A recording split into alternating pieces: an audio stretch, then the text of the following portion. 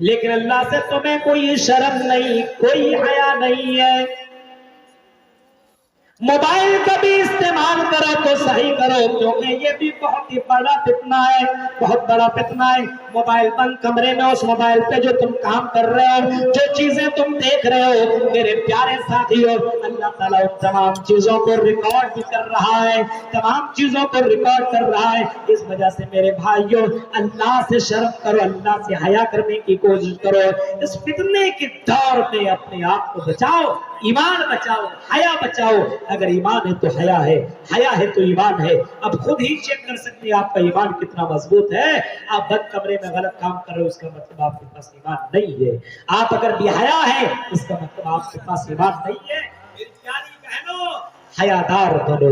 محمد رسول اللہ کی بیٹی وہ تھی جو اتنی حیا والی تھی، اتنی حیا والی تھی کہ اپنے شوہر حضرت علی سے کبھی کہا کرتی تھی، کبھی اس نے کہا تھا حضرت علی سے، اے میرے شوہر انتقال کر جاؤ تو رات کی تاریکی میں دفن کرنا، کہیں میرے جسم کے اوپر کسی غیر کی نظر نہ پڑ جائے۔ میرے بھائیوں، حیا کا پیغام محمد رسول اللہ نے پڑھایا تھا اپنی بیٹی کو۔ آج ہم اپنے بیٹیوں کو حیا کا پیغام نہیں پڑھا رہے۔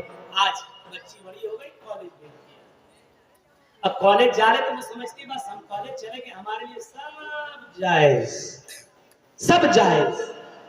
پردہ صرف ہم مدرسہ میں پڑھنے والے لڑکیوں کے لیے ہے، اسکول، کالج، یونیورسٹی میں پڑھنے والے لڑکیوں کے لیے پردہ کوئی ہے؟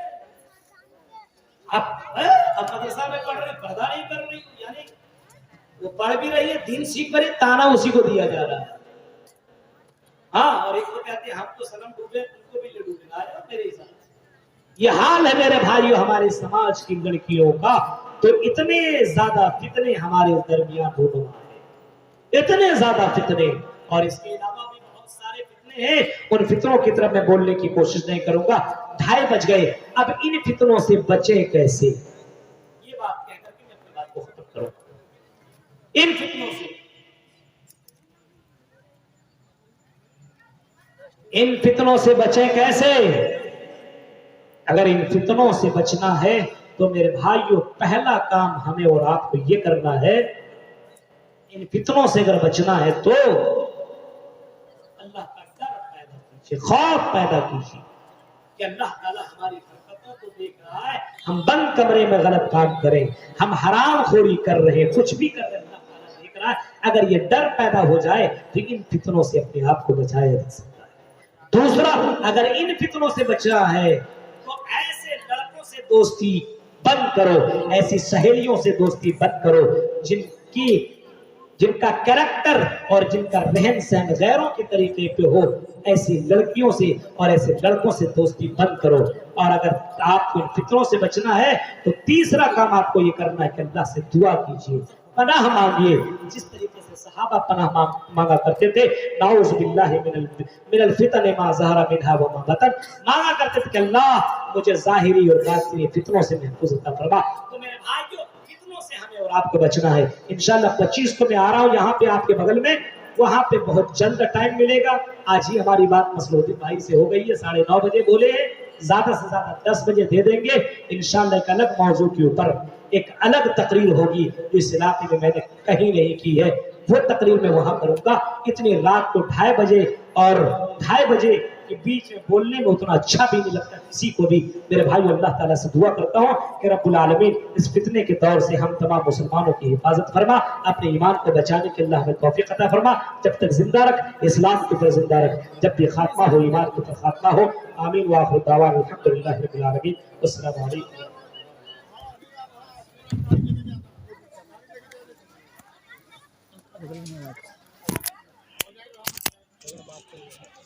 اگر نہ سنا تو کام بھلا سنا ڈھکا لے، لیکن ہمیں